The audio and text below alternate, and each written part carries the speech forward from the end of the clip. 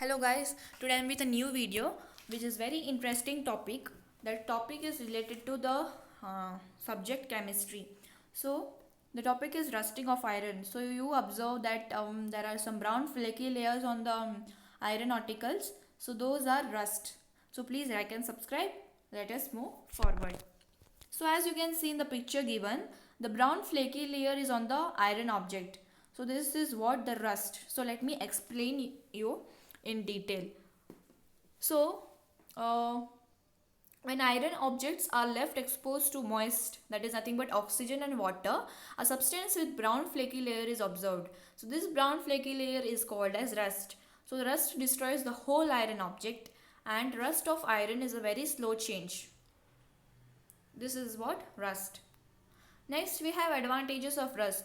So the advantage is that rust is also a very important metal, and we can use it to build bridges, cars, ships, trucks, gates, benches and various other useful items, iron articles. So let us see. So you can see on the slide, on the picture given here, that is a bridge, the iron bridge. It is used to build the iron bridge. Next we have rusting of iron in oceans. So as you can see in the picture, how the rusting of iron takes place. So in oceans are commonly salty.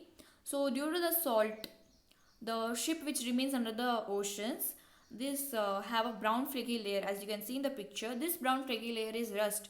So rusting takes place faster in salty waters. So this is how the rust takes place in oceans. Next, we have prevention from rust. So you should not let the rust deposit on the iron articles. So there must not be a direct contact with air and water. So you should follow some methods. These are some methods. In the first method, you can see you should apply oil or grease. So this oil or grease, if you apply, the rust will not come on the iron articles. In the second picture, you can see there is a plating given to the iron metals. This plating is of chromium or zinc, so which prevents from rust. Then third object, you can see you can paint the iron articles so that it doesn't get rust on it. And the fourth, you can see this is the process of galvanizing. So this process is called as galvanizing. So in the galvanizing, a plating is given to the objects, that is nothing but chromium or zinc. And in fourth picture, you can see that is electroplating. There is a layer of chromium given to the particular object. So in this ways, we can prevent the iron articles from rust. And one more interesting topic related to today's video, that is crystallization. So as you know crystallization, what is crystallization? But let me revise. So crystals you can see in your home. If you take some sugar or some salt, you observe in your hands. Keep it in your hand and observe it. So you observe that all the structure of sugar, common sugar or common salt is cubical in shape. So this such a uniform structures. So this uniform structures are called as crystals. So in crystal, atoms are arranged in regular pattern. So the crystals of common salt, sugar and alum etc. are obtained from the solution of these substances in water by process of crystallization. So this is a process of crystallization. You can do the crystallization at home also by doing this activity. So the activity is aimed to observe the process of crystallization. The procedure. So first you should take 50 ml of distilled water in 100 ml of beaker. And in 100 ml of beaker you should take 50 ml of distilled water. Then you should add 2-3 drops of dilute sulfuric acid with the dropper.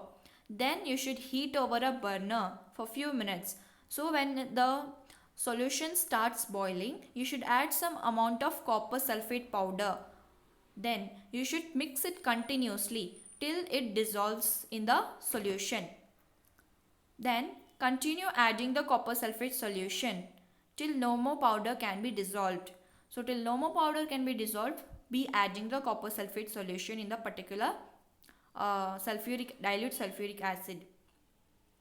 Then you should filter the hot solution of dilute sulfuric acid. then you should leave undisturbed over one night. Then what you observe the next day? So you observe some blue crystals are formed down of the copper sulfate solution in the beaker. So this is the crystals which are formed of copper sulfate. So you can try this activity at home. It's very interesting activity. So thank you.